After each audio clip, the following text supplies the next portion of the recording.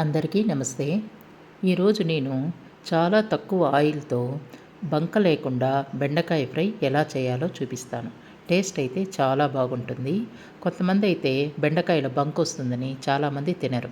అలాగే వేయిస్తే కూడా ఆయిల్ ఎక్కువ అవుతుందని, బంక ఎక్కువగా ఉంటుందని కొంతమంది ఫ్రై చేసేకి కూడా ఇష్టపడరు అనమాట. అలా ఉంటుంది. మరి కొంతమంది అయితే కట్ చేసుకున్నాక ఎండలో కాసేపు పెడతారు. ఎందుకంటే బెండకాయలో బంక తగ్గుతుందని అంటారు.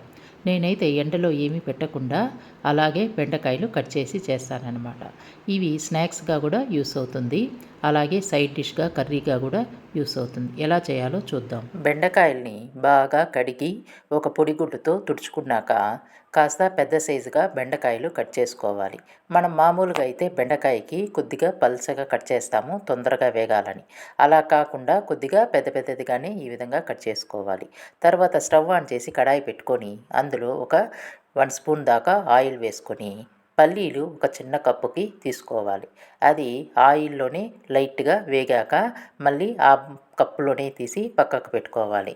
తర్వాత అదే కడాయిలోనే ఇంకో 2 స్పూన్స్ ఆయిల్ వేసుకొని ఆయిల్ హీట్ అయ్యాక 1 స్పూను మినపప్పు, అలాగే హాఫ్ స్పూను శనగపప్పు, పావు స్పూను ఆవాలు, ఒక పావు స్పూను జీలకర్ర వేసుకోవాలన్నమాట. ఇవన్నీ వేగాక ఇప్పుడు ఇందులో ఒక 5-6 పచ్చిమిర్చి పొడవుగా కట్ చేసుకున్నది వేసుకొని దానితో పాటు 2 రెమ్మల కరివేపాకు వేసుకొని వేయించుకోవాలి.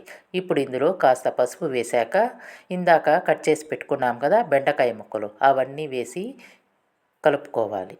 ఈ విధంగా చేయడం వల్ల బెండకాయ బంక అనేదే లేకుండా ఉంటుందన్నమాట. అంతేకాకుండా చాలామంది బెండకాయ ఫ్రై చేయాలంటే అబ్బా చాలా టైం పడుతుంది అంటారు.